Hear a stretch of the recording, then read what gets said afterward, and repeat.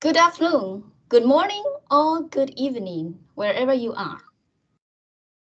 And welcome to Brock University's Pathway to Career Success and Settlement event. I'm very happy all of you could join us for this special occasion. I'm Monica Wang, Immigration and International Support Services Coordinator with Brock International Center. And I'll be your moderator today. Before we begin the program, I'd like to acknowledge a few special guests and speakers. With us today, we have Chen, Vice President Administration of Brock University. Ken is our keynote speaker today. We also have a special guest, Camille Rutherford. She is the Vice Provost, Strategic Partnership and International at Brock University. Kara Krezek, Director of Co-op, Career and Experiential Education. Kara will introduce the career planning services available to international students later.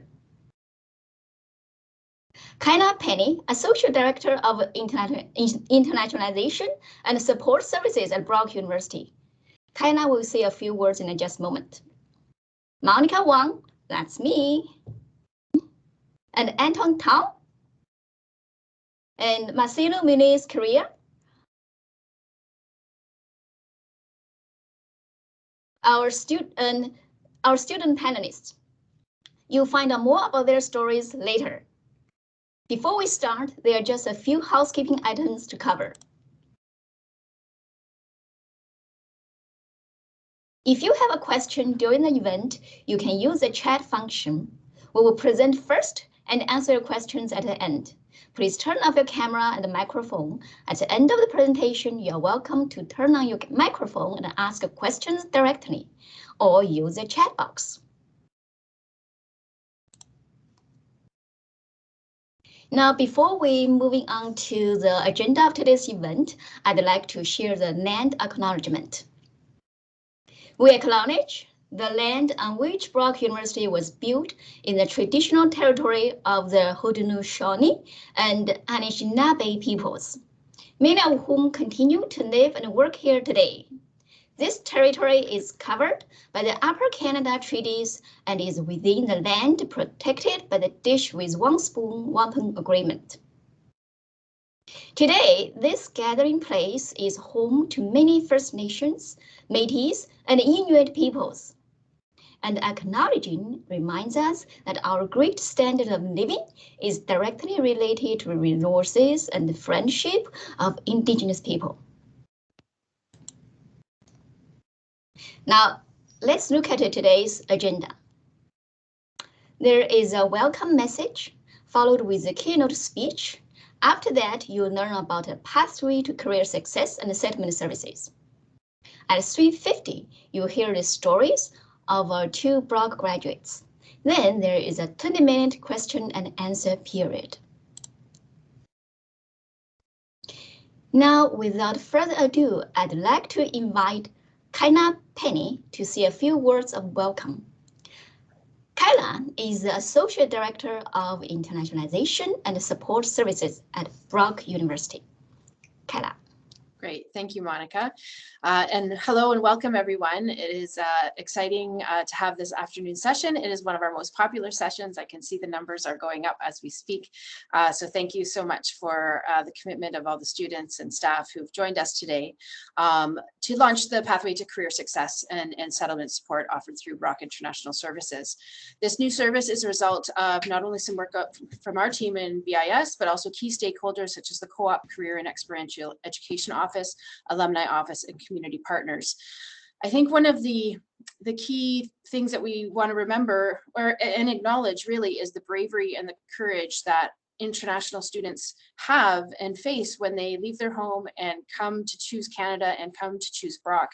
And that doesn't go unnoticed. This is exactly the type of global competency to be able to be confident and think innovatively and act courageously that we want all of our students to employ and have in their skill set. So you've already done so much, and so we're really grateful and acknowledge that already.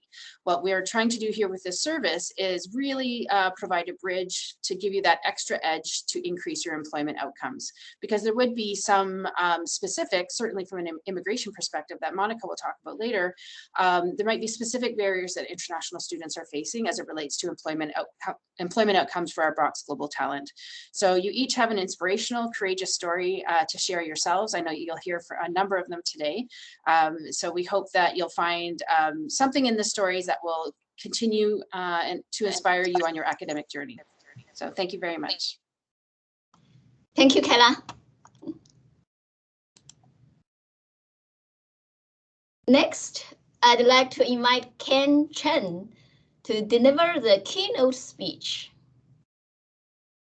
Chen is not only the Vice President Administration of Brock University, but also an exemplar of international student success in Canada. He will speak to us from that perspective. I will now pass on to Chen.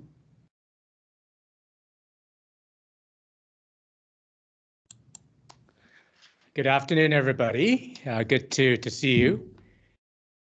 And first of all, I want to thank Brock International for inviting me to be part of this very special week. And for me personally, as someone who arrived in Canada many years ago as an international student, and now a proud Canadian citizen, it's a privilege and an honor to share my time with you. And also for you to say thank you for making the time out of your busy week to spend time with all of each other and with myself today. So I just want to start with my personal journey and share with you my path to where I am today, but also weave in the core competencies that will help you achieve success in your career. I was born in Brunei, and Brunei is a small country of about 400,000 people located on the island of Borneo, which is in the South China Sea and is part of ASEAN, the ASEAN region, and part of the Southeast Asian region. And together with Brunei on the island of Borneo, the Indonesian state of Kalimantan and the Malaysian states of Sabah and Sarawak. And it's kind of right in the middle of the Southeast Asian region, north of Australia, south of Singapore, Philippines, Thailand, China, Hong Kong, Japan. So just kind of give a sense of perspective in terms of where Brunei is. So I moved to Vancouver to finish my high school as an international student and started my undergraduate degree at Simon Fraser University. I took political science and criminology, but it wasn't until my third year that I decided what my major and minor were going to be. And I started coming in business courses, dabbled in the various arts and sciences, and eventually landing in political science and minor in criminology. And for me, partway through my undergrad studies at Simon Fraser, my parents landed in Canada, and I became a permanent resident. And shortly after I graduated from Simon Fraser University, I had the honor and privilege of becoming a Canadian citizen. And I want to share with you my experience through that journey, and specifically my advice both on career, personal and social success. After my undergraduate degree, I went on to do a master's in business administration, also out in the West. And I decided after getting my MBA to give back in some form of public service. And I actually decided to be a police officer, and I did that here in Ontario, in Peel region, where Mississauga and Brampton are located. And during my time as a police officer, I did frontline police work. I was in a patrol car, and I also had the opportunity to be an investigator. I started out as an investigator in with the drug squad, and then later on working in the homicide squad. And it was a very competitive process to become a police officer. There were lots of people who wanted to be police officers, and for myself, as a young immigrant to this country, certainly it was it was a challenging process. But I knew I could do it. And what enabled me to be a strong candidate as a police officer was my engagement with the community, my volunteer work in the community, and that began during my time as an international student, as an undergrad at Simon Fraser University. And I knew then, I reflected on one of my dreams as a young boy growing up. I wanted to be a police officer, and I thought, wow, coming to Canada, that's not impossible, right? Because when you look around a city like Vancouver, cities like Toronto, Montreal, and other major urban areas, you want a police force that's representative of the people it is there to serve and protect. So I said, I'm going to do that. I'm going to be a police officer. So during my time as an undergrad student, I volunteered in the community, and I first started out as a volunteer court worker at the Vancouver courthouse, and I was an undergrad studying the basics of criminal law, the criminal justice system. And how I was able to give back to the community was to spend one day a week, and it was a Friday morning, I remember this. I would be going into the criminal courthouse in Vancouver, where I would be meeting with people who have been charged, and they're not guilty yet. They've been charged with an offense. And they would come in and wanting to know who to talk to, where to go, and oftentimes my first question is, do you have a lawyer? And if the answer is no, they do not have a lawyer, I will show them where they can speak with duty counsel, which is a fundamental part of our criminal justice system. Free legal advice where the lawyer can help them navigate through their first appearance in court. And then I will show them where the courtroom is and just give them some basics of how the courtroom would work. So this is the judge or the justice of the peace. This is the prosecutor. This is where your lawyer would sit.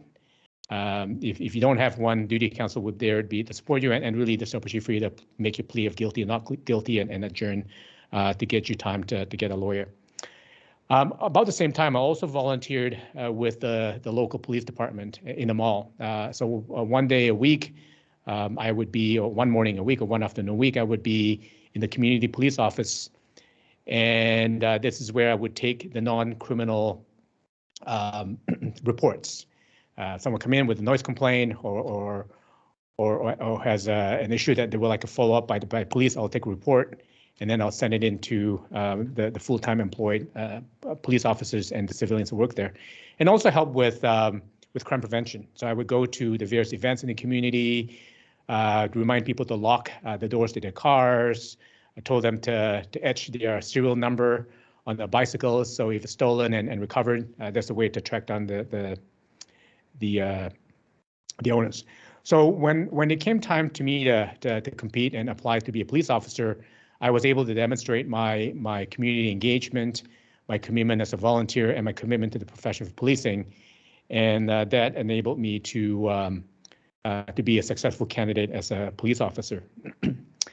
The other experience that really enriched my time as an undergraduate student was to be involved in student government. I was elected by students to the University Senate and the Board of Governors. That helped build my leadership capacity, my ability to communicate effectively, my ability to learn how to engage with senior people in the university, my also opportunity to debate and put forward strong arguments.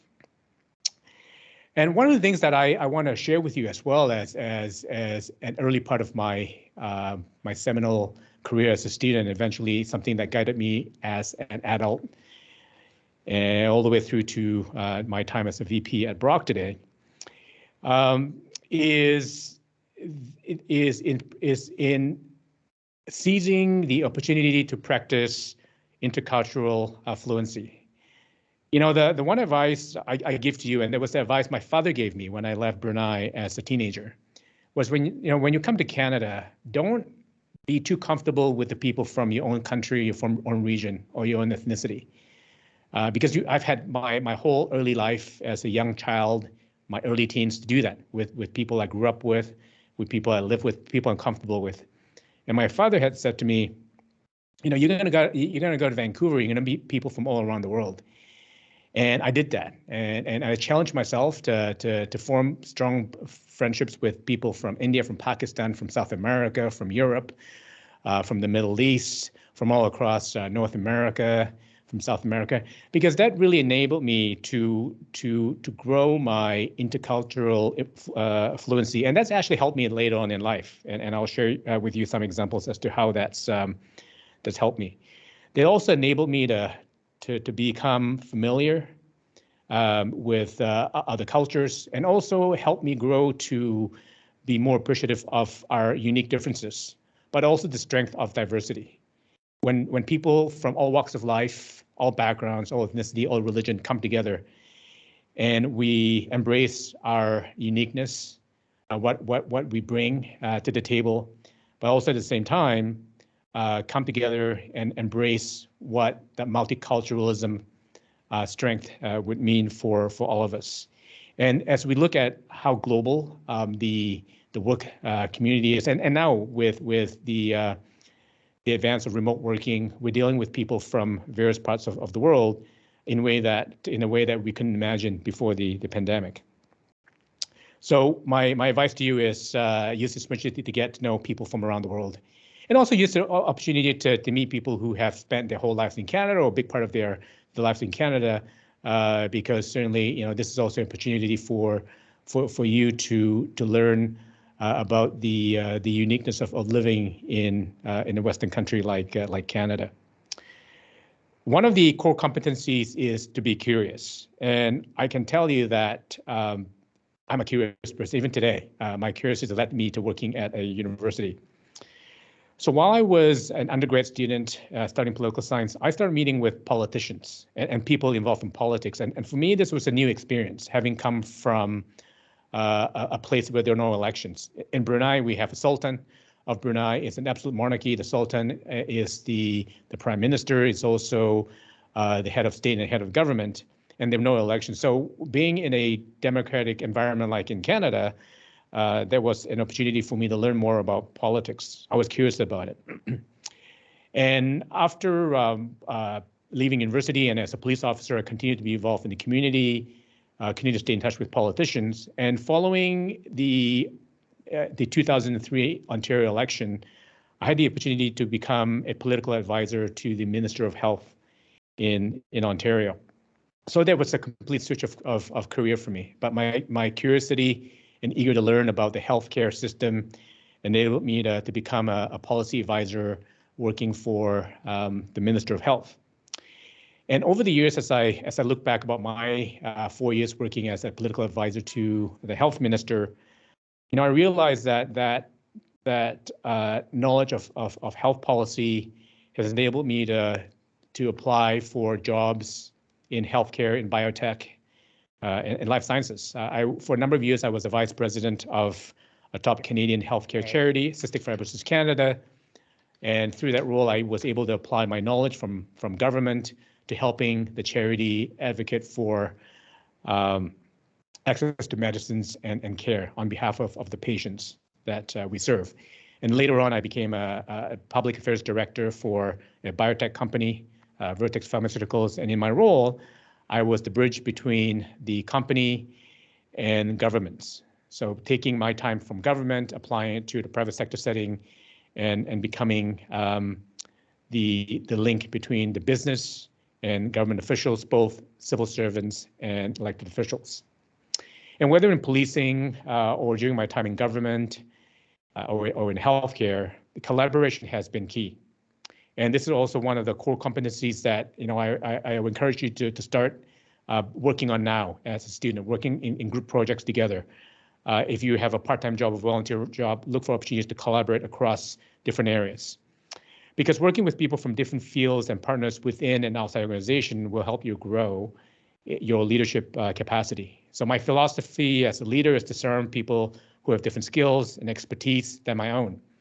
And as an early leader and as an early manager, I always went out to search for people to be part of my team who are smarter than me, people who would challenge my thinking, and people who are willing to say, hey, Ken, let's think about something critically, or bring an innovative approach to a problem that we all have to solve together. So teamwork is critical, and this is something that you don't have to wait until you're in the workforce to start doing. And after spending a number of years in Canada, I decided that I want to get some international working experience. I've lived abroad. I've lived in Asia, and I started to explore what the options are, and was able to get a work visa in the United Kingdom. So I spent a number of years working in London, England. Worked in government, again leveraging my experience in Canada. Work in the government sector in policing. I was able to get a job with the UK government on cutting bureaucratic red tape for frontline workers like police officers and prison guards and immigration workers. And then I saw an ad in the Guardian newspaper. The mayor of London, Mayor Boris Johnson at the time, his office was looking for policy advisors, and they were specifically looking for someone to be the policing policy advisor. So I started my career in policing, as I mentioned earlier. I spent time as a policy advisor in healthcare, both in Canada and in the UK. When I applied for the job, went through a job interview. That certainly enabled me to be the candidate that was successful for the job. And London is a highly international city. If you think Toronto is international, nothing beats London. And I can tell you, when I worked in London, an international city, I met people from all around the world. And when you're the mayor's policing advisor, you're advancing inclusion, diversity, and ensuring that the police service is able to react and respond to the community it serves. And that just brought me back to my time as an international student in my undergrad days, like 20 years prior to that, or 15. I'm giving you my age now, where I met with people from all around the world. And I met someone from Central Asia, and the question was, oh, Ken, how do you know about a place like Uzbekistan or Kazakhstan or Tajikistan? I said, well, because when I was at Simon Fraser University years ago, I was in class with someone from the region and was able to meet her and her family, and again, they gave me exposure to that part of the world, and also my exposure to students from Europe, from South America, from Asia, from the Middle East, all around the world. That it also equipped me with that intercultural competency, my comfort with being able to work with people. So then I moved back to Canada, and for the past 10 years, I've held senior leadership positions. I talked earlier about my time in healthcare. And more recently, in the 4 years before coming to Brock University in June of this year, I was an assistant deputy minister with the Ontario government at the Ministry of Tourism, Culture, and Sport. And I can tell you, as I took on my first big leadership position, the learnings, the experience I got during my time as an international student and beyond has made me who I am today. So in closing, I just want to leave you with a couple of tips or advice for you to take with you. Communication is key. Communicate effectively. That's one of the core competencies that's outlined in the document that was shared with me. And I want to be clear to all of you. This does not mean speaking without an accent. There's absolutely nothing wrong with having an accent. It is about getting your point across.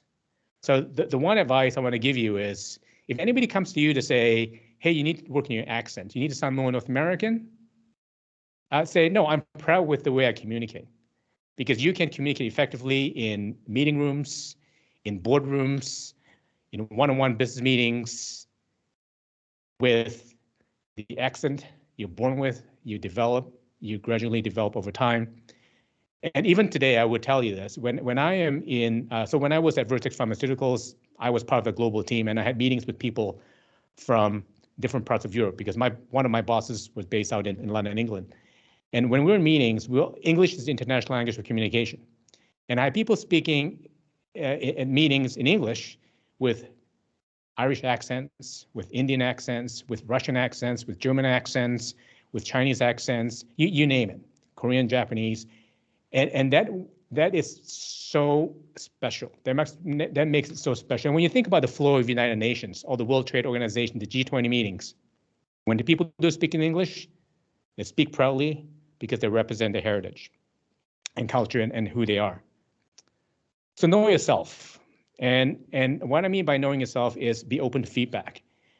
You know, sometimes it can be tough to get constructive criticisms or feedback. And some, you know, and in some cultures like my own, I know if I were to give my mom feedback, she'd not take it quite well. But something that I learned over time is feedback. People give you feedback in most cases to help you be successful. Don't strive for perfection. Be your best, because I don't even know if perfection exists, to be honest. And if you give in your best, no one can ever fault you. And don't be afraid to ask for help. Even leaders ask for help. You need to know at some point, no one's expecting you to be the expert in everything you do, right? And this is why you have teamwork and collaboration. Something I learned later in life, and I wish I learned earlier in life, is you don't always have to say yes, because being able to say no is a sign of strength. As a young professional, I was eager to please, to get promoted. I had to work long hours to the point where the work-life balance struggles. And it took me a while before I was able to say, you know, I would love to help you out with a project, but I had taken on so much. This is a priority. Happy to do so, or happy to give advice, but or thank you for the opportunity. No, I can't take this on. And sometimes you get a job offer, and if it's not something you want to do, don't feel pressure to take a job. For a number of reasons, you may not want to do it. Personal reasons may not want to be. So saying no sometimes is something that allows people to respect you for who you are. And be aware of your health, both physical and mental. Especially, you know, I think during COVID, this is something that people are more comfortable talking about, and it doesn't matter what level of organization you are, how experienced you are. It's important to look after yourself both physically and mentally. And I will close with my last advice for you, and it's Surgite. And that is Latin for push on, our motto here at Brock University. Why? Because life brings on challenges throughout your career. As a student, I had challenges. There were times when I struggled to get in all my papers on time or to cram in for an exam. But you know, you push on, right? You push on because you know you have the ability to push yourself. And when you're in the working world, and I've experienced this throughout my career, is sometimes you have challenging or difficult bosses or colleagues or customers. And know that, you know, when you stand up for yourself and you're able to speak truth to power, when you're able to accept constructive feedback, don't let that discourage you from moving forward or being your best. Because sometimes there are people out there who will always see the negative and will always want to poke at your differences or poke at your weaknesses. No, you know, just know who you are and push on. Restructuring, whether in the private sector, nonprofits, universities, is a common thing. And throughout my years, I've been part of restructuring organizations. I've been restructured often, and you need to realize sometimes you can't take that personal because it's not about whether you were performing well or not. And sometimes organizations do make changes. Push on, right? And if you have to leave an organization by choice or not by choice, know that there is a world out there that will leverage your strengths. I talked a bit about balancing personal and work. Push on, right? Sometimes you think the world is collapsing on you. Know that by pushing on, tomorrow will come. Get a good night's rest. Sometimes you can't sleep at night because you're thinking about work. That happens to me still. I know that there's nothing you can do at 2 o'clock, 3 o'clock in the morning. Get a good night's rest. Meditate. Listen to some music. Go to bed. Wake up fresh in the morning. And build a support network. I know that sometimes whether it's people you work with, people who are close to you physically, people who are in different parts of the world. My best friends aren't necessarily here in Niagara region, where I now live. They're in Toronto, they're in Vancouver, they're in the UK, they're in Asia, and even before COVID, we would connect on FaceTime, on Skype, and now this has become normal. So make sure you have a strong network. And as you look ahead to your career, it doesn't matter how high you go in the organization, whether you become a CEO or CFO or vice president, there will always be challenges. And it all comes down to how you deal with the challenges. Yes, you can look back and say, what if I'd done this, what if I'd done that? Do that if it helps you reflect, to make better decisions. Do that if it makes your project better. Do that if it helps you deliver better. But don't use that to beat yourself up, because there's no point. You can't go back in time to do that. So with that, I want to say thank you very much for having me join you today. And I look forward to taking questions and listening to the other panelists. Thank you. Oh, and by the way, before I leave you, I am calling in from a very cool place here, the Matchmaking Space on the ground floor of the Rankin Family Pavilion. So if you ever want to come in here and do cool projects, I'm now here in an audio room. You can see this audio room behind you, the audio system. So this is where I am right now. So do come by, check out the space and use it, because this is available for the Brock community to use. So I thought I'd give a plug since they're so welcoming of me to use the space. So you won't miss it. You see it. Gobney Rankin, it's on your left. Thank you. Thank you, Ken. Ken's journey is such an inspiration for all of us. From a kid growing up in Brunei to be a high school student, a university student in BC, from volunteer at the BC courthouse to London mayor's policing advisor to assistant deputy minister, and now the VP of Brock University. Such an inspiration. And I also learned accent is not a problem. I have accent. Many of us have accent. We are from different background, different heritage. We have our heritage of our accent, our language. So it's not a problem. Don't worry about that. It's about communicate clearly and effectively. That's one of the core competency of Brock University Career Center. Okay, so subject, push on, badgers. Next, we are going to briefly introduce to you the services available at Brock International. Once again, let's welcome Kaila, Associate Director, Internationalization and Support Services. Thank you, Monica, and thank you, Ken, for a really inspirational talk. I have to confess, I just settled in and listened to you speak. It was really refreshing. It doesn't matter how old you are and how much experience you have these are life lessons. And yeah, sleeping through the night. This is a good life lesson for everybody. So I just want to say thank you for being so honest and so frank, and also taking us through your journey, that it is a journey, and there's not one path to an employment outcome. It ebbs and turns and goes to different countries and includes different people. And so thank you very much for that. I'm actually going to speed up a little bit about my talk about Brock International Services, because I suspect the students on the line are really hoping to ask you a bunch of questions. So I just essentially I wanted just to remind, as we will be launching the pathway to success in employment, to employment success, that we're one world, one campus, one community. We have students from over 100 countries, 2,500 international students on a student body of 2,000.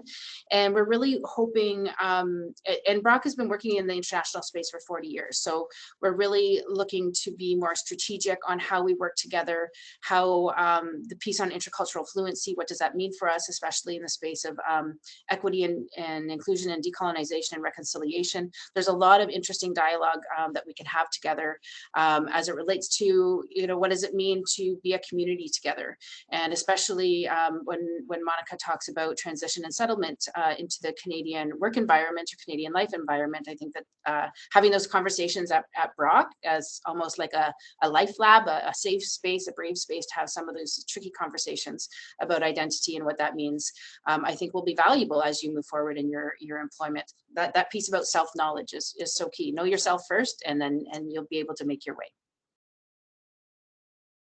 You can flip the slide, Monica. Thank you.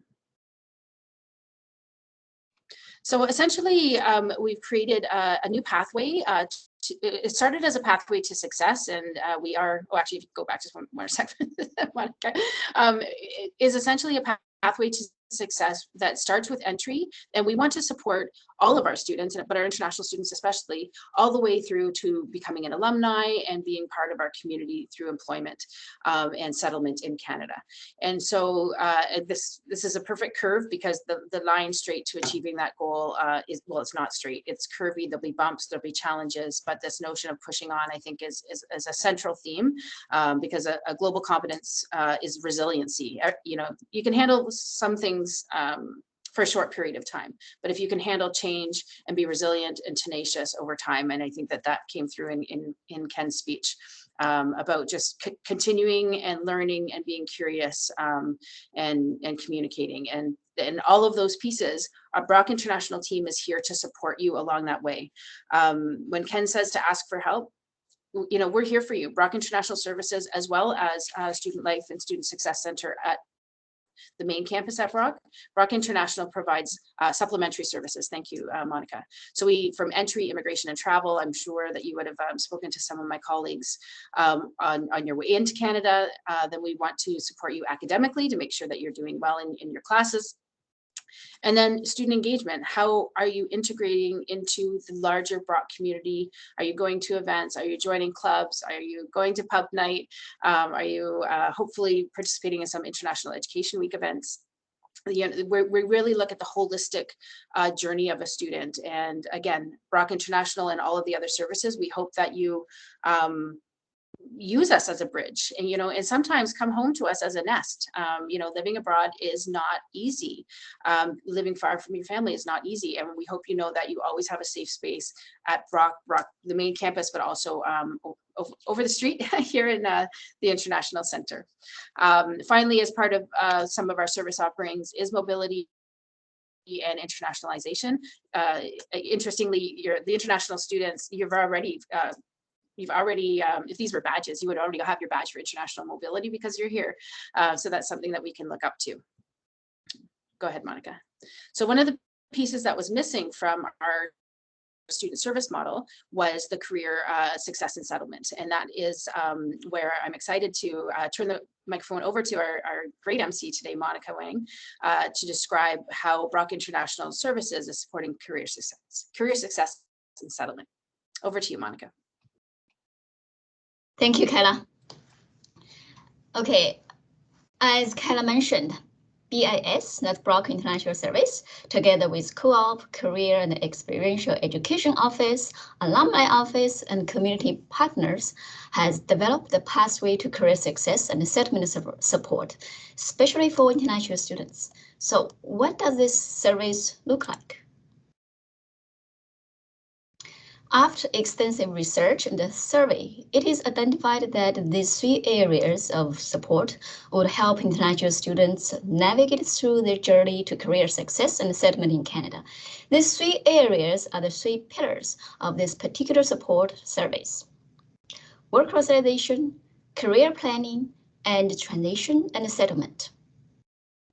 Work authorization support is provided by Brock International Service, that is BIS. Career planning by Co-op, Career and Experiential Education Office, or CCEE. Transition and settlement support is provided by BIS and community partners. Pillar Monica, I'm sorry to interrupt you, but were you hoping that we could see your slide while you spoke? Can you see the slide? I cannot see the slide, but I know that when we did a run through, we could see the slide. So I just wanted to. How about others? Can other people see the slide? Brian, can you see the slide? Yeah, I can see it.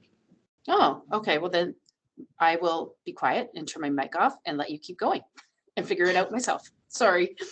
Oh, okay. Okay, good. That's it. Okay, so pillar 1 is work authorization. As an international student, you need to meet certain criteria set by immigration office before you can work, either on campus, off campus, co-op, or internship or postgraduate work. Authorization is like prerequisite for your courses, but with more severe consequence if there is non-compliance. The constant change of immigration policies could be daunting for international students and hard to keep up with. Our dedicated immigration team will provide support at each stage of your work authorization, from your first semester to graduation and after graduation.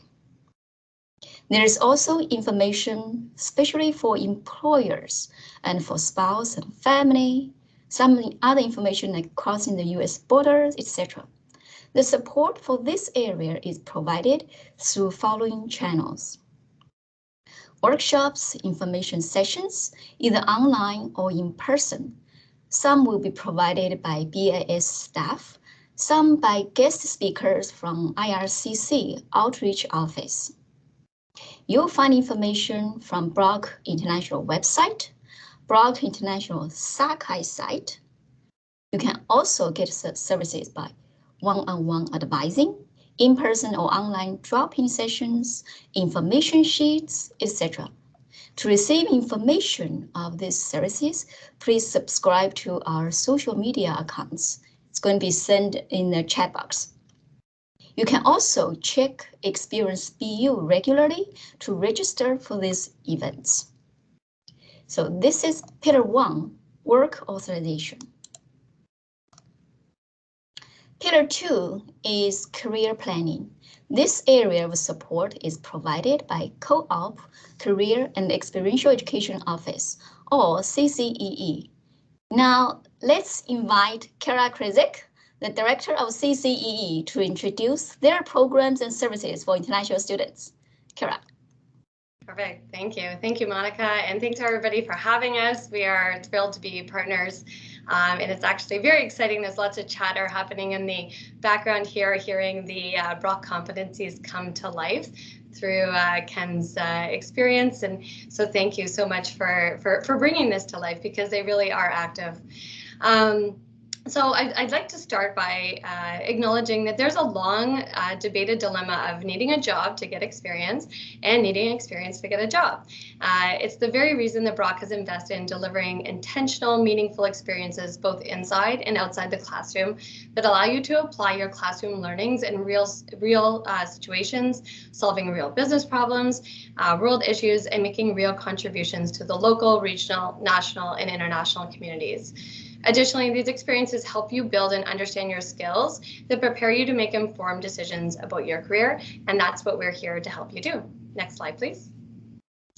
So a little bit about our team. Our team is here to help deliver experiences in the form of everything from co-op work terms, internships, placements, course-based projects, simulations, field experiences, practicums, and much more. Many of these are offered as a component of your degree program, and they are basically integrated into courses that you're already taking, and it's complementing those in-course teachings with real-world environments and scenarios. We have talked to employers. They do see this as, you know, real work experience, and you're getting that right inside your classroom as well as opportunities outside the classroom. Many are offered as part of our co-curricular programming as well that will help you gain hands-on experiences through training and experiences outside of our academic courses. As you gain these experiences, our team provides the expertise, the resources, and the technologies to help you understand and also track your experiences, to articulate those core competencies as seamlessly as Ken did, and to help you communicate your value in a way that resonates with employers and really allows you to speak in a way that that can articulate what you've learned and what you're learning as you go through your experience at Brock. Next slide, please. We believe so strongly in experiential learning here at Brock that we offer it in all of our programs. Starting in first year with your large size, you know, perhaps maybe a stats course, and continuing through your studies, gradually more deeply within our community and until graduation, so that we can pair you as you walk across that stage. Experiential learning offers you hands-on experiences in order to develop skills, clarify values, contribute to the local and global communities, and make learning come to life. 20 different types of experiential education opportunities are built right into the university's courses, and we partner with more than 150 community organizations to deliver meaningful experiences, and there are spaces for more than 40,000 Brock students to participate in experiential courses each year, which means most students get multiple experiences every year, actually. Next slide. So the most robust form of experiential education is co-op. Some of you may be co-op students. 80% of the Canadian employers say that co-op students are potential future employees.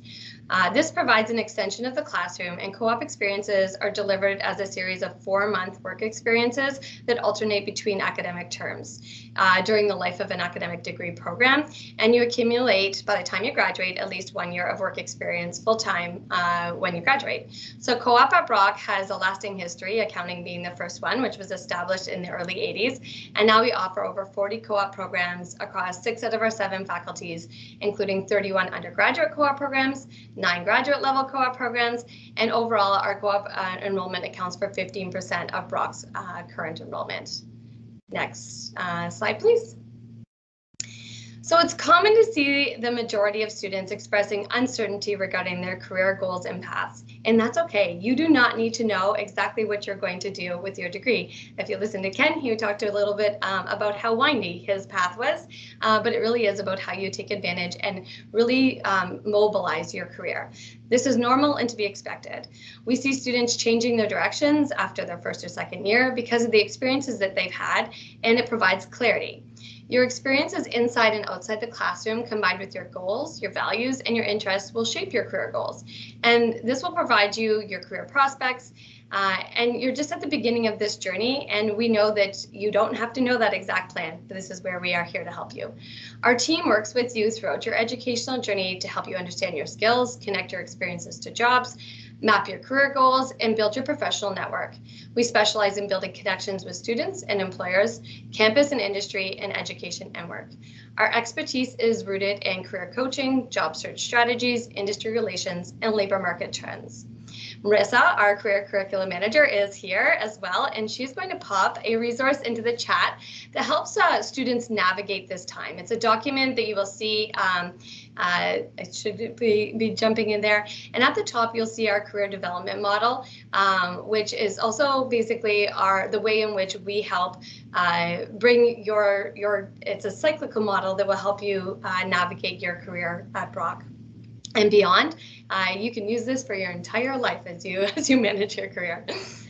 So this next slide is actually the competencies that people have been referring to throughout our time together. We work with our employers to inform our programming and support to provide students as they navigate towards their postgraduate career goals. Part of this includes these competencies that are relevant in today's labor market. And we're ensuring that Brock students are building these competencies both within their academic programs and through their experiences beyond the classroom.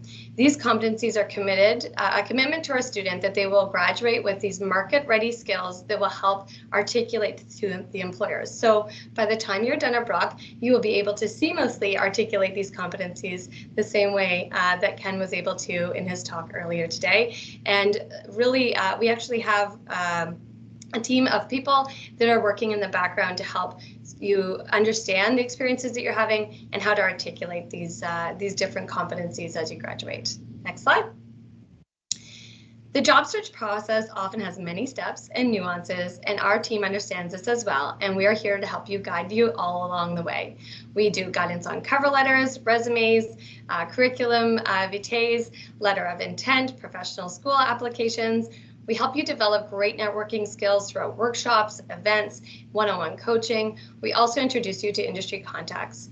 We do interview prep and mock interviews to prepare you for upcoming interviews, and we support you to even navigating your first job offer. Next slide, please. Where you can find us, so we are both Career Zone on campus and Career Zone virtually. So Career Zone is where you can find our team. So it doesn't matter where in the world you are or if you're here on campus. This is where you find our team, all of the resources and supports that are available to you year-round. We have both the physical and the online presence. Career Zone gives you access to appointments, events, workshops, employer sessions, and jobs.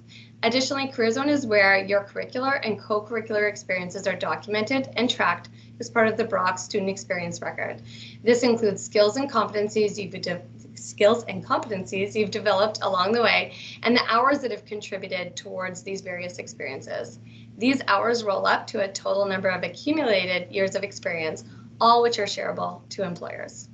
As students who graduate from Brock, you can demonstrate exactly the quantity and quality of your experience you have gained in order to land that first job when you graduate. The dilemma of needing experience to get a job and job to get experience is not a dilemma for Brock students.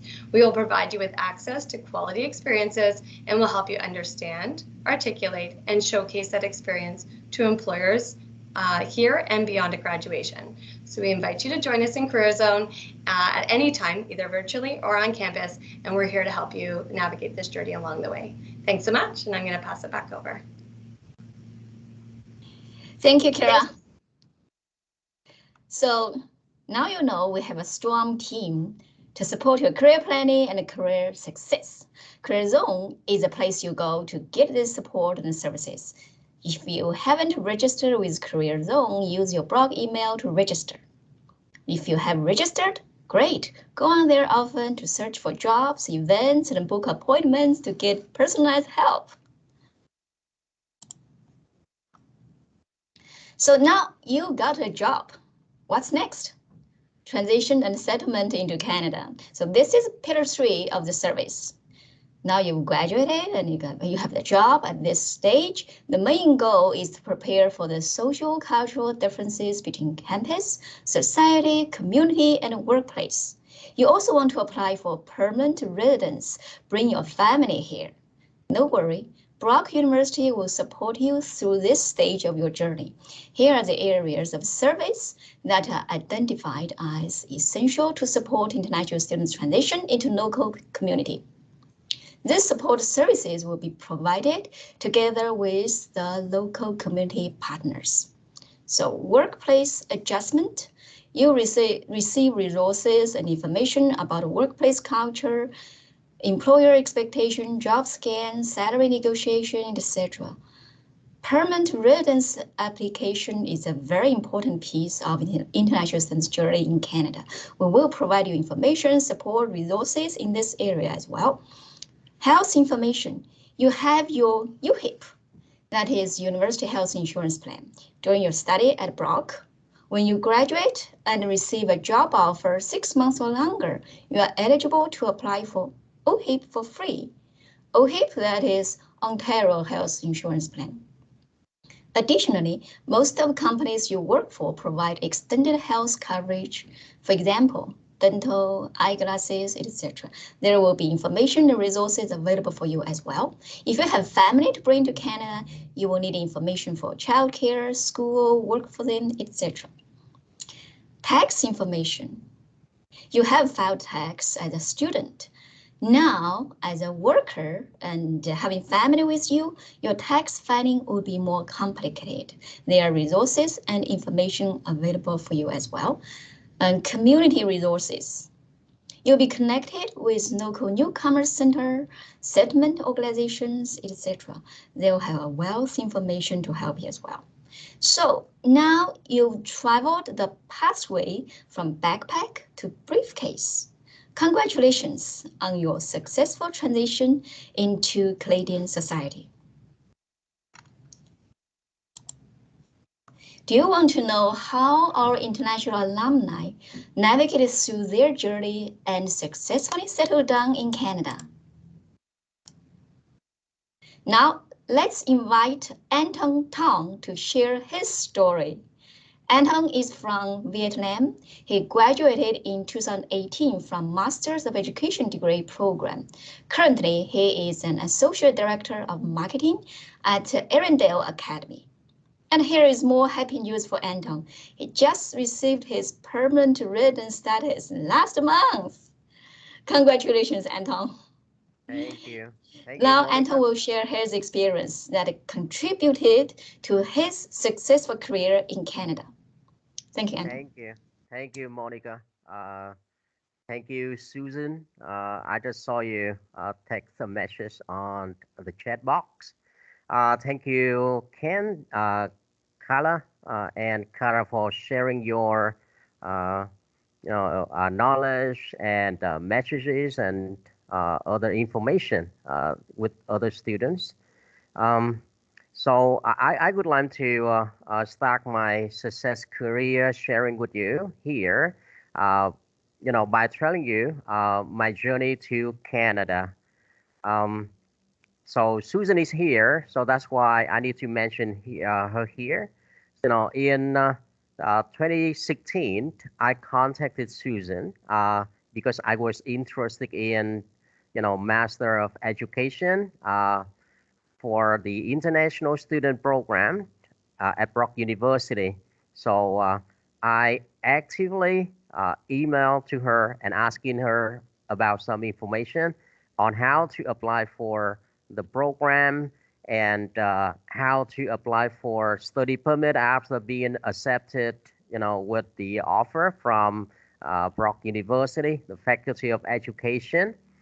So I arranged all my business back home because, in Vietnam, I had my business. I had language schools of my own, and arranged my family, affairs like my kids, my wife, and my family member before I moved to Canada to start my education journey.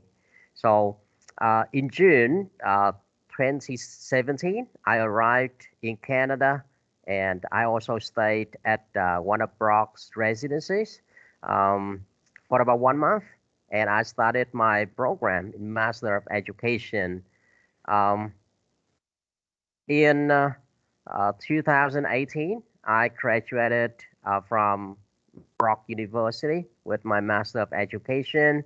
And before that, I also got a leadership scholarship offered by the Faculty of Education for my leadership activity that I, contributed to the local community, to Brock University, and to international students.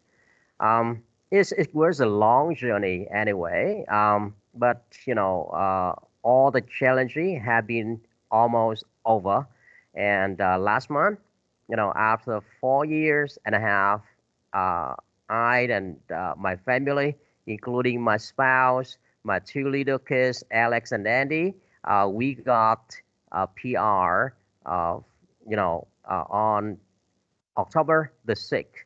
So it was a very, very, happy moment for all of us. So what I did when I was a student, so that, at least I got the scholarship for my leadership activity. When I came to Brock University, I was almost 40 years of age. I was a mature student at that age. And I also had a lot of difficulties to face because I left my family back home, and I, arrived in Canada alone. Then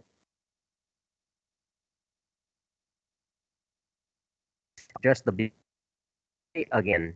So to overcome the challenges, I try to study. I try to run with the deadlines, and I have to, complete all my assignments, all the papers on time. But I didn't forget to participate in the local activities and, to volunteers. So I remember the first term of my master program, I also took about 2 weeks to help the kids in Niagara with autism, run by Brock University in the summer of 2017. I also registered for a short training section with the Faculty of Education, and I got a place at a local school to help, some kids, with slow learning process. And I was a member of Brock Focus. I don't know whether you know Brock Focus. That is, a group created by some people in the Ag region. And Brock Focus stands for Brock Friends of Overseas College and University Students.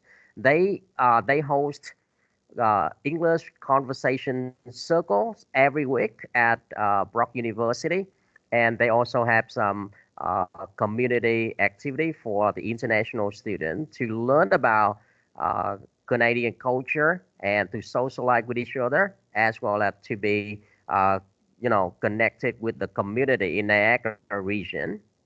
And beside that, I also, took the opportunity to volunteer in most of the activity that I saw on Brock website. I can see there are so many activities, so many events on experiencebu.brocku.ca. I could see a lot of events almost every week, and there are a lot of other organizations who are partnering with Brock University, and I go through all the news on the website so that I can participate, if time allowed. So finally, I graduated from university, and 1 year later, I brought my family here in Canada and settled down my life. I also got a job in Mississauga at the Arendelle Academy and Toronto Central Academy. These are private high schools where I started my education, work. And I am now helping international students, especially high school, to come to Canada and help them to settle, help them to improve, and to get the OSAD, the Ontario Secondary School Diploma, so that they can go to college, so that they can go to university and continue the education, dreams of the international students. I particularly take care of the Vietnamese students who come from my home country, teach them how to be part of Canada. And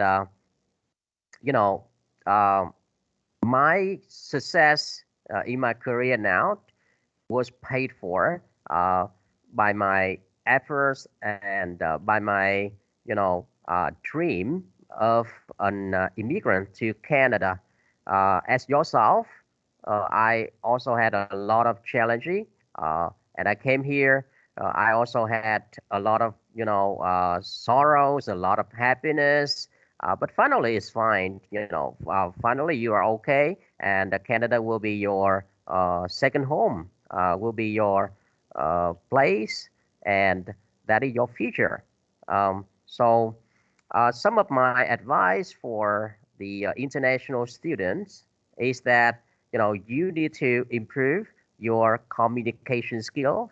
I mean, just like other speaker had already mentioned, communicate very effectively so that you can secure a job, so that you can pass all the interviews, so that you can at least do very, very well at your university, and be yourself. I come from Vietnam at the age of almost 40, and I didn't have an accent at Kansas, but I was myself, and then I am myself, and I know who I am. I know myself. That helped me to settle down here in Canada, because right now I have a job, and then I continue to have other students from Vietnam and from other part of the world to settle down here in Canada.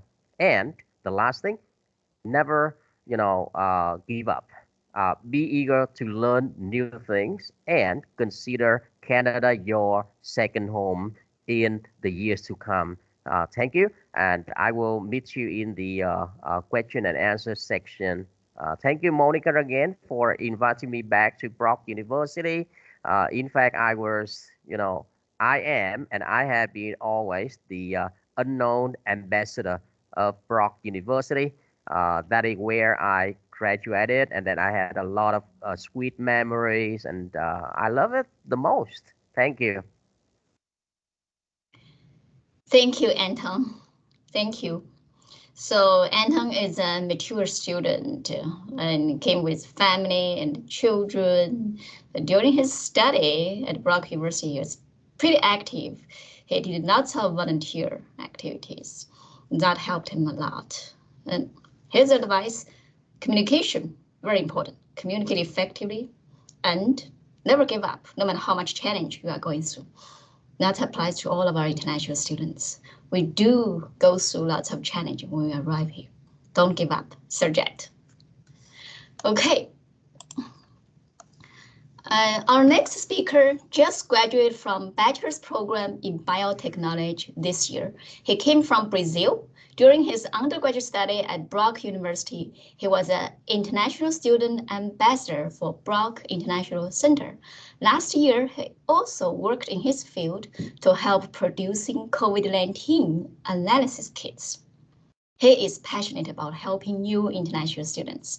Right after graduation, he received full-time job offers. However, he declined the job offer because he wants to pursue his dream, master's degree in biotechnology. Currently, he studies for his master's degree in biotechnology at Brock University. Here to share his experience is Marcelo Muniz-Correa. Marcelo. Hi, Monica. Thank you very much. I just want to make sure you can hear me. Yep. Okay, perfect. Thank you. So hi, everyone. My name is Marcelo, and I come from Brazil, as you can see on the picture. So I came to Canada in 2016 to start my bachelor's program. And right off the bat, I needed to find a job to help me pay for my studies. So the first job that I found here was a job in the retail sector. So it was a clothing store, and I'm very, very grateful for the job that I found because it really helped me more than anything to understand the work culture in Canada. And it also helped me to better my English quite a lot because I was outside of the university. It is still part of university community, but I was outside of university per se, and I was dealing with people from different backgrounds and different ages. And I was listening to them and I was talking to them, and that really helped me. But as I was saying, it really helped me to understand the work culture in Canada, how to the importance of being on time and never being late here in Canada. It's something very important, and it's something that it's not as valued in Brazil, and there was a big learning curve for me there. And then very, very grateful. I worked there for a few years, and without that, and with while I was working there, it was also studying and pushing hard to get good marks, to get more and more scholarships, because those were really, really important for me. And I had different jobs during my summers, which really, really helped me to build my resume and my experience and to shape me into being who I am and what I am today and where I am, and that I decided to be in a master's program. A few of them.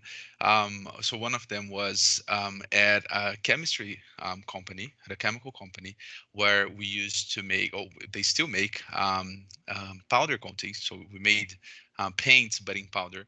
And I'm telling you the story to share with you how I value and how I think it's a good idea for everyone to value the connections you have, the connections you make, the people you meet, because you never know. You really never know. People who you don't imagine, they can really help you. And that's how I got the job at this chemical company as a lab technician assistant, because I had an assistant coach, as I was part of the Brockman's volleyball team as well.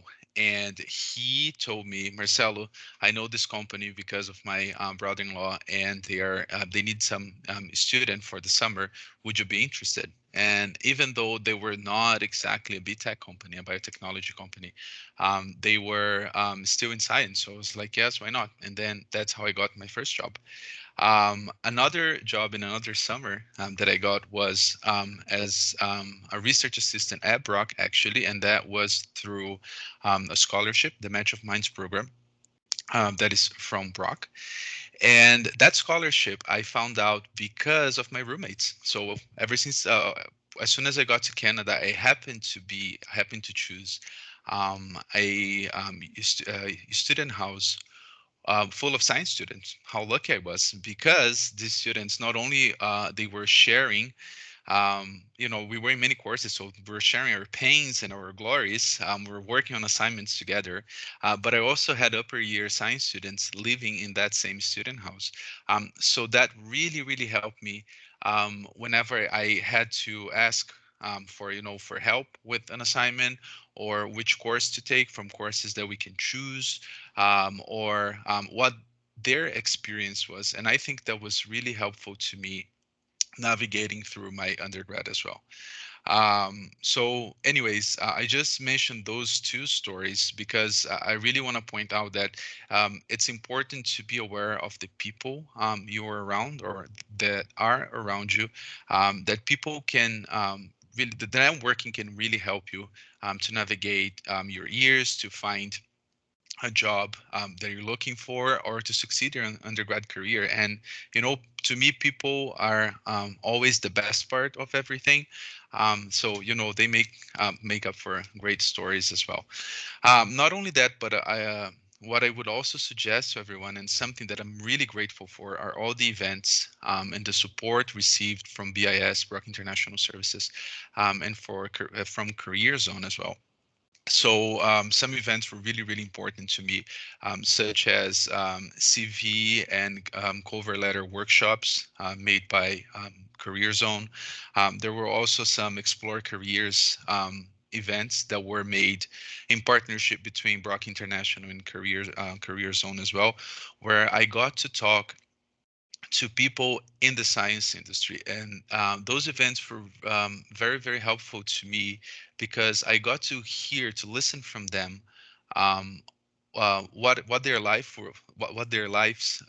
were like, and how they got there, how bumpy their paths were. And that's really important, because sometimes we have this idea that everything should be smooth, and and that's not always like that, and that's okay. I guess most of the times it's not like that, and that's okay, and that's how we learn, and we navigate through years as well.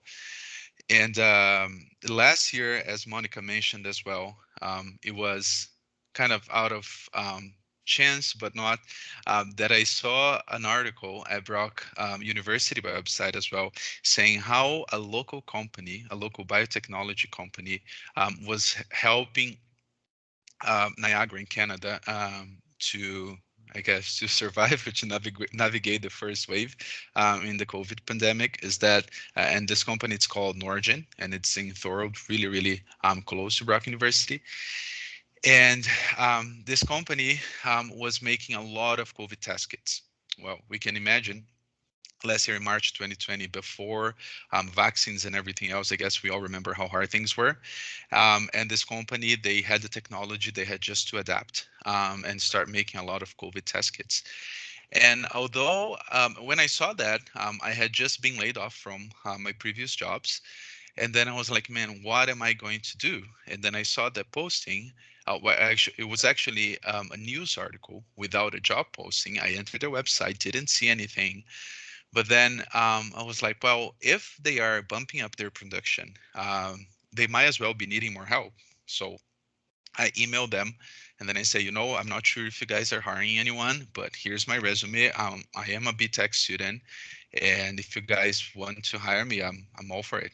And they called me. So I worked there for 10 months for a long, yeah, to me it was a long time, and it was great.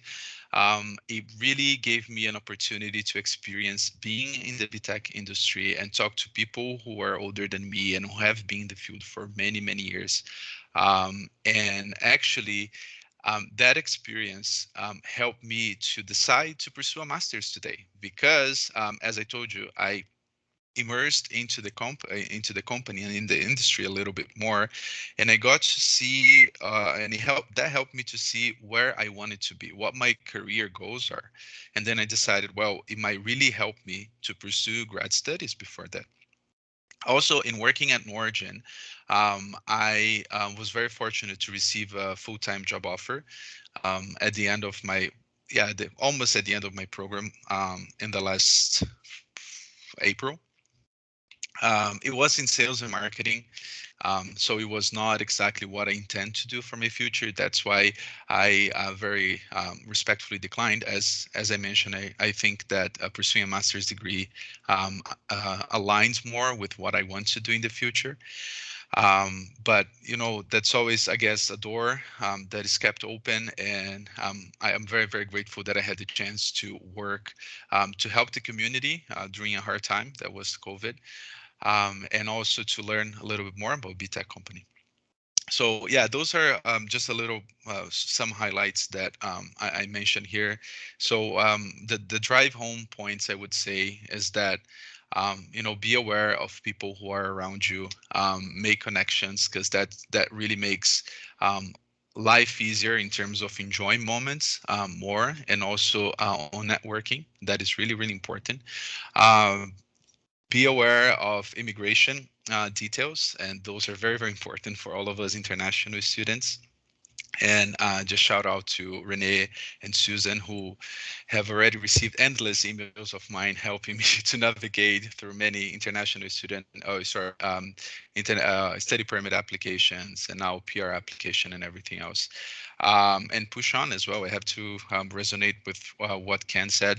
Sometimes it's not easy, but if we keep pushing on, at some point we're going to have the outcome that we want, I believe. Thank you. Thank you, Marcelo. It's amazing. Okay, now you've learned how Anton and Marcelo traveled their journey from backpack to briefcase. And now you may want to ask some questions. So up next, we are going to have a question and answer period. We are running a little late, and we are planning to end this session at 4:30. So there is about 10 minutes for question and answer. So you're welcome to turn on your mic to ask your questions directly, or you can also type your questions in the chat box.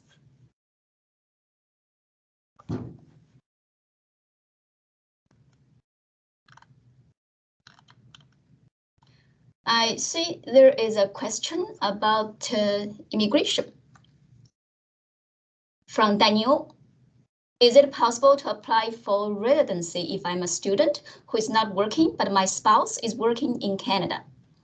And this depends. It depends. There are different pathways for permanent residence, and depends on your work experience, education level, and English proficiency. They will give you the points.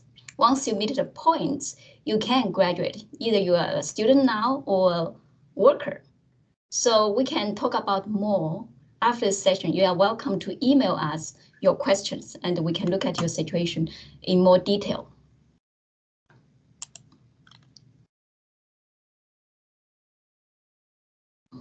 Next question from Tara. What's the best way for getting PR? It also depends, okay? There's, as I said, there's different pathways for getting permanent residence. We have quite a bit information sessions about permanent pathways scheduled already. And on Experience BU, you are going to see a session on this Friday, and it's called different pathways for immigration. Go there and register that event. We'll post the event link later. Okay, here's a question for Ken. What was the biggest challenge you faced as an international student? For me, it's just the way learning is here in Canada. So early part of my life, I was in the English school system, where it was about memorizing and regurgitating. And to pass exams, to pass my tests, it was memorize, memorize, memorize, and regurgitate. And when I arrived here in Canada in my grade 12 and as I started my undergrad, all of a sudden I realized you shouldn't be memorizing and regurgitating. You should apply your own critical view on things and to criticize. So that was the biggest challenge for me, and it took a while, but I got there. So that was just the approach to learning. It's the biggest challenge for me. Okay, thank you, Ken. So next question from Kelly. Do you think it is more difficult for mature students to excel professionally, though they have a lot of experience from their home country? Maybe Anton can answer this question. Thank you, Kelly. Do I think it is more difficult for mature student like myself to excel professionally? So they have a lot of experience from their home country. I think yes and no. For example, when I came to Brock University to study my Master of Education, you know what? Back home in Vietnam, I also got my Master of Applied Linguistics with a university from Australia. That was an offshore program. So my English was, I mean, not so good, but at least it's enough for me to survive in the master program. And with other students, I could say, you know, they had a lot of difficulties, of course, because language is a big barrier, and you know, knowledge that they have never studied before was very challenging. For me, it was acceptable. It was okay because I had previous experience and knowledge, and also the language capacity. And I did very well in most of my assignments, most of my papers. So with the experience back home, it was a really good advantage for you all. And with a very good knowledge of English, it will be also very good opportunity for you to excel in your program. So previous experience and a good knowledge of English will help you to survive and to thrive really well in your you know, education here in Canada. I think it helps, right? Because finally, the experience, it can apply to, you know, all the situation in your life. I am mature, but I could study. You know, sometimes mature student know how to study better than young students because we knew how to, you know, we know the purpose and we know the challenge that without, you know, effort to overcome the situation, and it will be a trouble for us mature people because we have our children, you know, especially when you move to Canada as an international student.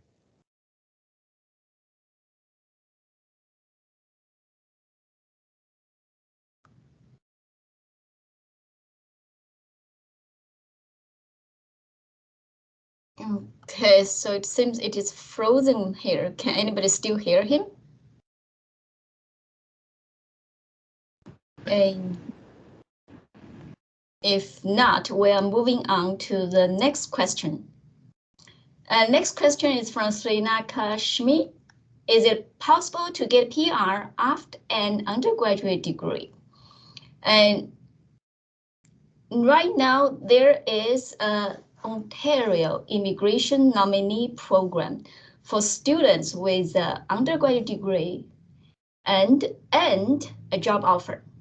So after you graduate, if you got a job offer, you can apply for PR. We'll have more information. Just come to our information session. Okay. Next question. This is from Akashi for Massino. If you don't mind, can you share how much academic grade is recommended to maintain to apply for a good job while participating in extracurricular activities? Why don't I tell you grades? Grades matter to an extent. If you want to get a law school, medical school, certainly your grades will matter. And for someone like me, I was a B student, and that doesn't hold you back from doing great things in life. So grades are to an extent helpful, but most employees won't even ask for a transcript. Thank you, Ken. Marcelo, do you also want to answer this question? Share your insight? Yeah, I completely agree with Ken. I think it depends on what you want to do after your undergrad degree. To me, since I was applying for grad studies, that was really important that I had good grades, because there's a cutoff in there.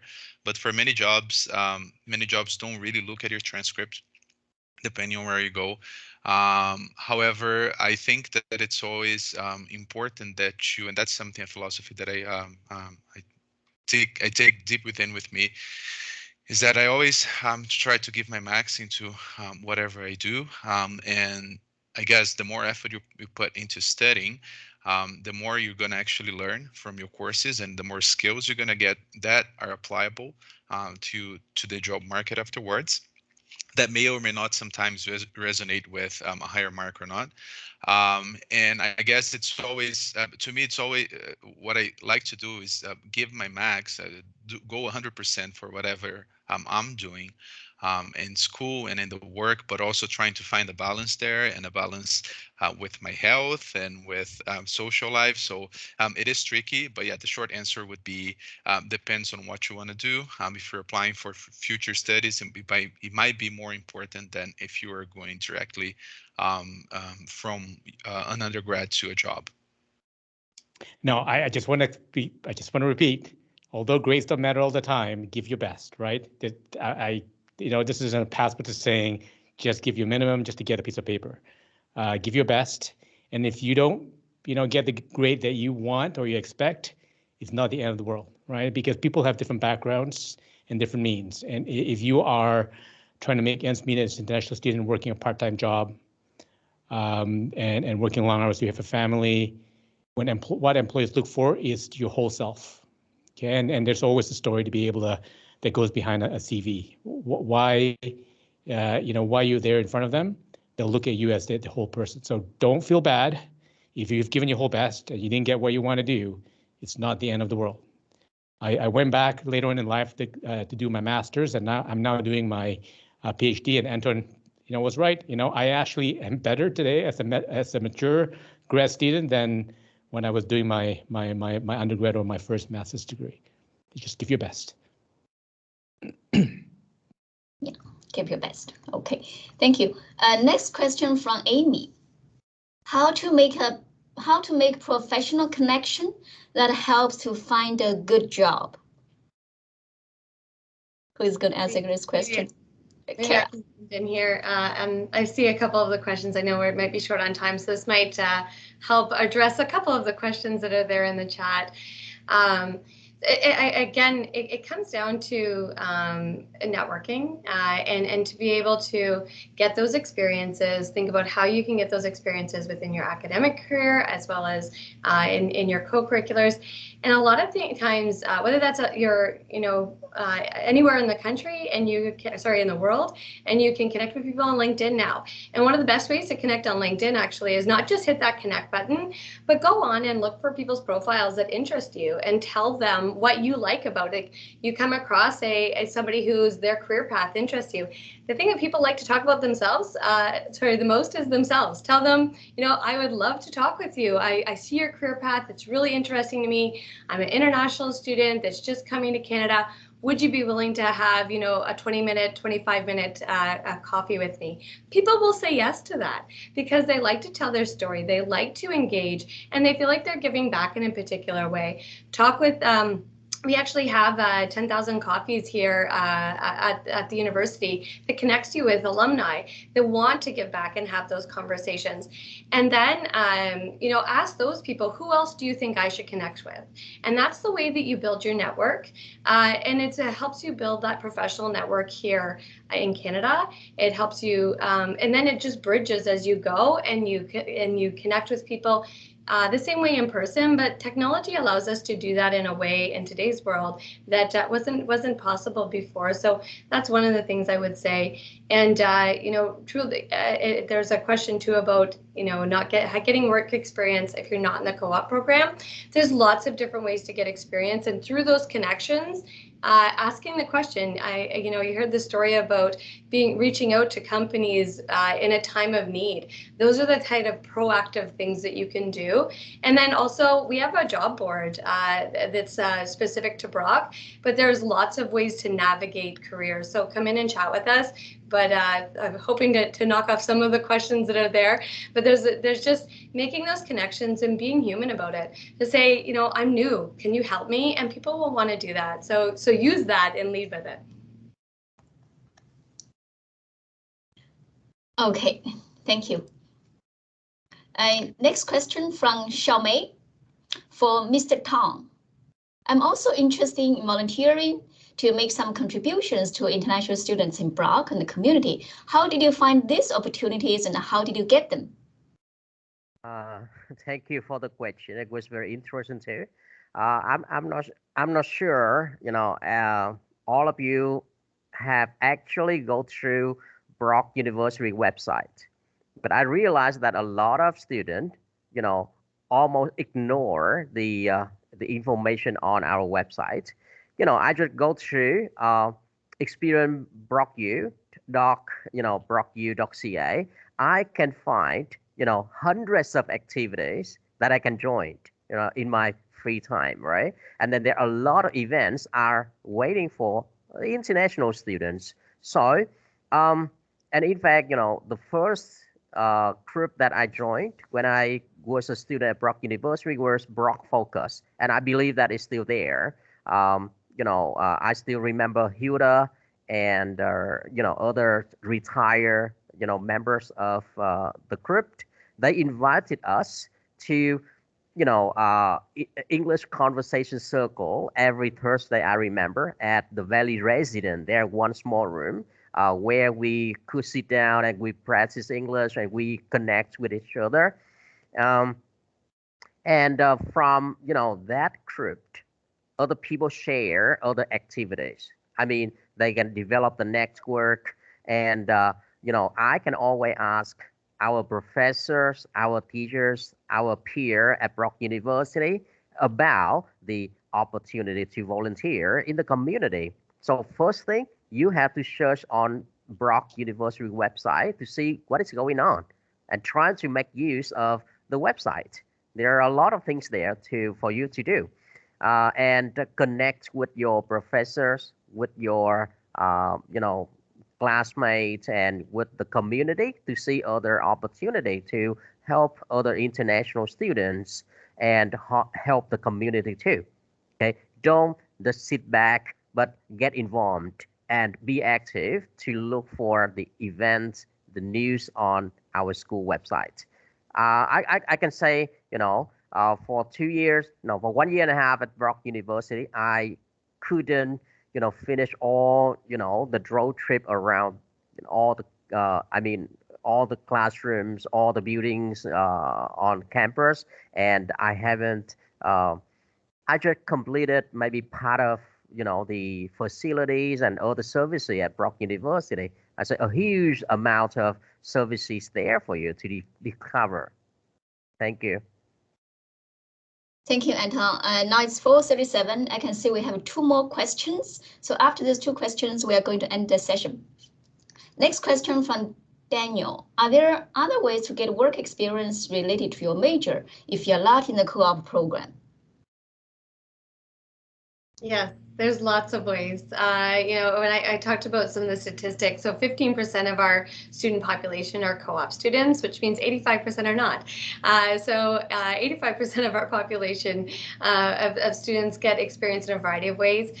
You can get experience in the curriculum, like internships and practicums, those types of experiences. But from a extracurricular, we do events such as, I think that Marcello had shared, Exploring Careers In, and those Exploring Careers In series are specifically about particular industries, and we bring employers in. We have the job board that is open to all Brock students, that you can look at jobs there. There are opportunities to, I know that Marissa, thank you for, there's a volunteer, I know that that's not work experience, paid work experience, but there a lot of volunteer opportunities do lead to paid work experiences. So there's a lot of ways to get work experience, and come into our office and talk with us. Tell us what you're looking for. We can also help you with your documents, knowing what is typical in applying for Canadian jobs. We can help you with your resumes. We can help you with mock interviews. We also have tools that you can do right on the own. I love the navigate our website because there's lots of tools there, and it's available to you at any time. But we have you can pop in if you're on campus. You can go to Career Zone the Space, which is right off the market, or you can go to Career Zone the Technology, which is available to you 24/7, and there's lots of opportunities there. But if you're looking for something specific, just reach out to us. Yeah, Kara, and if I may just add to that, if you can't find a part-time job in your field of study, don't let that discourage you. I will tell you, when I was doing my master's and I wanted to be in law enforcement, my first paid job, to pay the bills, but also to get interpersonal skills, I worked at a Rogers call center, right? I was taking calls of people calling in upset because the bills were not right or their reception was bad. But when I actually interviewed to be a police officer, the question I always ask is, tell us about time when you deal with difficult people in difficult situations. And when you work at a call center, or to Marcella's point, in the mall, and that's interpersonal skills, conflict resolution, multitasking, it's all there. So don't box yourself into your field of study. Yeah, that's great. And I actually, that is exactly the concept around skills translation. So thank you for bringing that back up. It's about how you build your skills. So yes, very true. Okay, thank you. There's last question from Seb. I've been working as a TA/RA at Brock for 2 years. Does that count as employment time in my PR application? It depends on the program. This is also case-specific questions. You can talk with us later at the drop-in session. Simple answer is depends on the program. In Atlantic immigration pilot program, it counts. Your work experience as student counts. In Ontario immigration nominee program, it doesn't count. Okay. Okay, so that's all of the questions. I thank you, everybody, for being here with us. Thank you, thank you. Thank you, Ken. Thank you, Thanks, Kara. everybody. Thank you, everybody. Sino, Anton, Thank you. Without It your was a help, pleasure. this Thank event you. won't be possible. And for the students, if you would like to get in touch with us after event, please email isa@brocku.ca. You can also follow us on social media at BrockU International. Enjoy the rest of the day. Thank you. Thank you. Bye-bye, everybody. Bye. Thanks, everybody. Bye. Thank you all. Have a good one. Bye-bye. Thank you, Relay.